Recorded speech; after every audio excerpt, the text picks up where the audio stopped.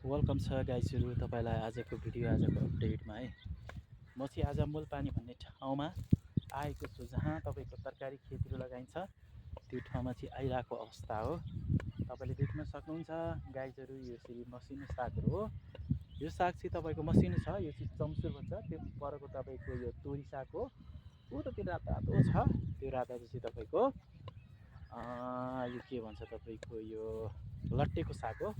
यतातिर छरिसकेका छ, भर्खर सानो छन् है। यो चाहिँ तपाईँले देख्न सक्नुहुन्छ, यो सानो छ। यतातिर तपाईँले तलतिर देख्नुहुन्छ भने यो चाहिँ सागै हो, यो तोरीको साग हो। ल, तोरीको साग हो। यो छरिएको अवस्था छ होइन। यतातिर फर्सीको बिरुवा हो, सानो छन् है। अब ठुल्ठुलो रायोको सागहरू सकिसकेको छ। अब लगभग तपाईँको यो सानो सागहरू हो। त्यसपछि तपाईँको यो यतातिर तपाईँले देख्न सक्नुहुन्छ, यो बन्दाकोपी हो। बन्दाकोपीको फुलिरहेको छ। अब लगभग केही दिनपछि यो रायोको सागलाई पनि हामीले निकाल्ने क्रम जारी छ। तपाईँको यहाँ देख्न सक्नुहुन्छ रायोको सागको अवस्था यस्तो छ है। अब यो सकिसक्यो, अब यसलाई निकालेर अब यसमा अब सिबी बोडी होइन त्यस्तै पुडेङसेङ बनाएर लाउने हो, त्यो अवस्थाको छ। त्यस्तै गरिकन यतातिर तपाईँले देख्न सक्नुहुन्छ यो ड्याङ भइसकेको छ। यो चाहिँ ड्याङ हो।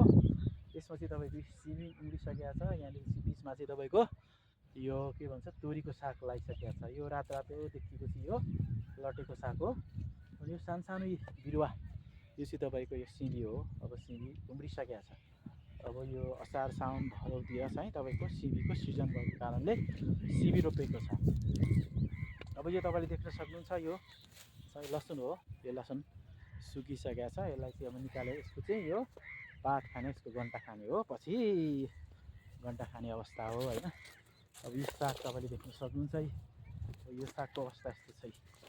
यो सागको अवस्था यस्तो छ। अब यो काम लाग्दैन। अब यसलाई ट्याक्कै निकाल्ने हो गाइजहरू। निकालेर यसमा अब सिबी बोडीको ड्याङ बनाएर सिबी बोडी ट्याक्कै लाउने हो, यस्तो अवस्था छ गाइजहरू। अब यो तलतिर यो पनि यो तपाईँको एउटा बोडी हो। यो बोडी उम्रिसकेको छ है। यो बिचमा चाहिँ ड्याङ हुन्छ, यो बोडी उम्रिसकेको छ। यो चाहिँ बोडी उम्रिसकेको छ गाइजहरू। ल, यस्तो छ आजको अपडेटमा है, तपाईँले देख्न सक्नुहुन्छ गाइजहरू।